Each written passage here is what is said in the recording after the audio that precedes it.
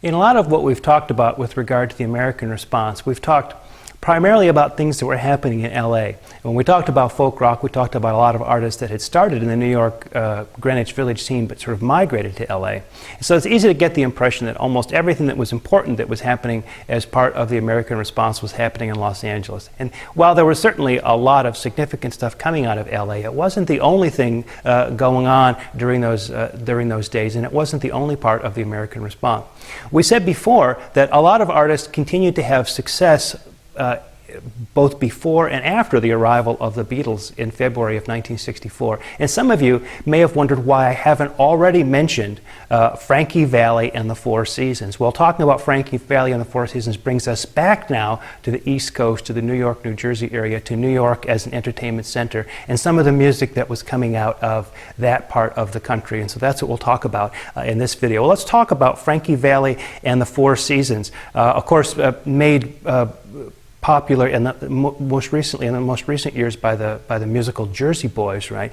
Frankie Valli and the Four Seasons had big hits in 1962. #1 hits with Sherry and Big Girls Don't Cry. In this period that we're talking about during the British invasion, they continue to have hits. Let's Hang On was a #4 hit for them in 1965, and Working My Way Back to You was a #9 hit in 1966. So during this entire period between before the Beatles, going back to 62, and then going all the way forward to 66, we can see Frankie Valli and the Four Seasons having tremendous success.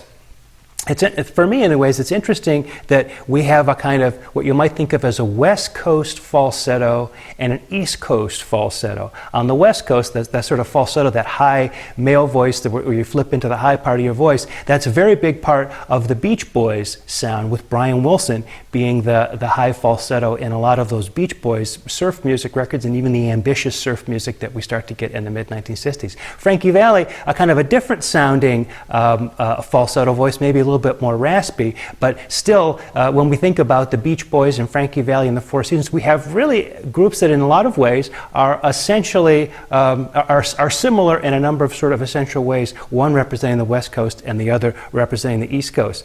Also, with Frankie Valli and with the Four Seasons and what was happening with them during the British invasion, you remember that when we're talking about the Beatles, we said the first couple singles they had, they couldn't get released by Capitol Records. Capitol Records just did not believe that Americans would be interested in a British group. And so the 3 of those singles were released on VJ Records, an indie label out of Chicago. And VJ also had most of the material from the first Beatles British album. And so interestingly, the Beatles were in the position where when they broke in February, they had albums that were #1 and 2 on the charts, but on different labels, one on Capitol and one on VJ. Well, after things started to cool a little bit with that material that VJ owned, they also had Frankie Valli and the Four Seasons. And so there's an album that collectors, that's really big with collectors, called, I think it's called The Beatles versus the Four Seasons, which was released in late 1964, which featured a lot of the Beatles stuff that VJ had licensed, plus the sort of greatest hits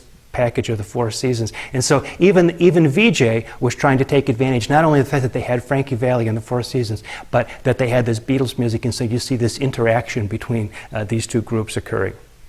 Also in New York, we should talk about the Lovin Spoonful. There's a situation of folkies from the Greenwich Village scene who didn't go to LA, but who rather stayed in New York City and made their careers there. John Sebastian, the lead singer, songwriter, and interestingly enough, one of the few examples of rock and roll auto harp. If you check out those videos on the internet somewhere, you'll see him singing and playing an auto harp, which was actually a kind of a harp that had little sort of chord presets on it. So if you push down a button, you'd get a C major chord or an A minor chord. And these were used a lot by people in the public schools to sort of accompany kids while they sang folk songs. You didn't have to learn how to play the guitar. You just sort of pushed the different buttons down for the chords and you could accompany. And so there's John Sebastian. Their big song, probably their big breakout song, was Do You Believe in Magic, a #9 hit in the summer of '65, the same time as we're getting Like a Rolling Stone and Mr. Tambourine Man. And then in 1966, a #2 hit with Daydream, in addition to a bunch of other hits. Now, the Lovin Spoonful projected a kind of an upbeat image. You hear a lot of the sort of jug band influences. Jug band, a kind of a folk, sort of amateurish folk style. sort of a populist kind of style, and you hear a lot of that sort of a good time music happen in the Lovin Spoonful. Another group from the New York area was the Rascals, and in a minute we'll talk about Paul Revere and the Raiders and the way they wore Revolutionary War garb as part of their sort of stage uniform. Well, the Rascals started out as the Young Rascals, wearing outfits that looked an awful lot like the Little Rascals, who had been part of a movie series, a series of movie shorts and episodes that had played earlier in, I suppose it was the 30s and the 40s. So anyway, they called themselves the Young Rascals, but I guess that kind of got tired of that issue and they just became the Rascals. But their influence was far less in pop and vocal-oriented music than it was with blues roots. So if you think about maybe the Byrds being the answer to the Beatles, the Rascals would kind of be the answer to the Spencer Davis group maybe, or I don't know, the Animals, or to a certain extent the Rolling Stones, although the Rolling Stones were a little bit more song-oriented. In fact, the Rascals opened for the Beatles at that famous Shea Stadium concert in 1965, featuring Felix Cavallari on the organ and Eddie Brigandi on vocals. Those two guys often wrote songs together. Big hit for them came in the spring of 1966. Good Lovin', which still gets a lot of airplay. That was their cover of an R&B hit for a group called the Olympics from 1965. And then right in the middle of this, the beginning of the psychedelic era, Groovin' was a #1 hit for them in 1967. Lots of other music there. Finally, let's talk about a group that started out in Indiana.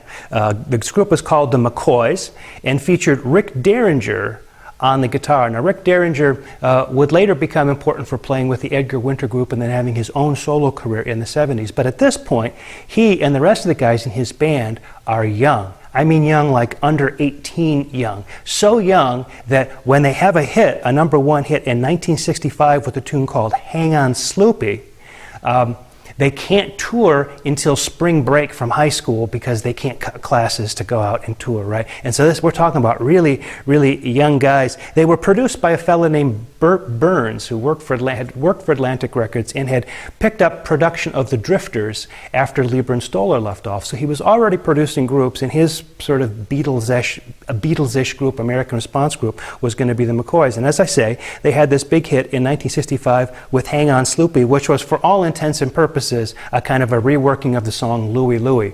We'll talk about Louie Louie in the next video coming up here.